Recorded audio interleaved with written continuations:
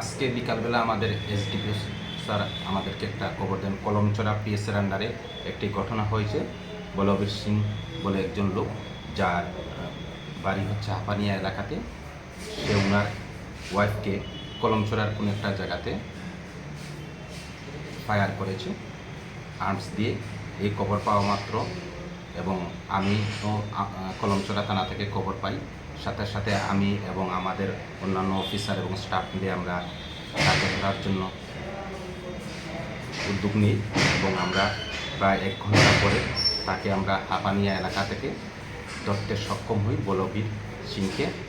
এবং পরবর্তী সময় তার বাইক তল্লাশি করে আমরা উক্ত হাতিয়ার এবং রাউন্ড পাই এবং তাকে আমরা থানাতে নিয়ে আসি এবং কলমচড়া থানাকে ইনফর্ম করা হয় এবং কলমচড়া থানার কাছে তাকে হ্যান্ড ওভার করা হয়। কী কারণে কলমচড়া নিয়ে গেছে, কিছু কি পাওয়া গেছে, বা কেনই বা গুলি করতে চেয়েছিল? এটা ইনভেস্টিগেশন ব্যাপার এবং কনসার্ন থানাতে অলরেডি কেস হয়েছে, কলমচড়া পেয়েছে, ওইটা ইনভেস্টিগেশনে চলে আসে। ওনার বউ কীরকম রয়েছে এখন, কোথায় আছে? শুনেছি হসপিটাল অ্যাডমিট আছে, ওনার হাতে এবং পায়ে গুলি লেগেছে।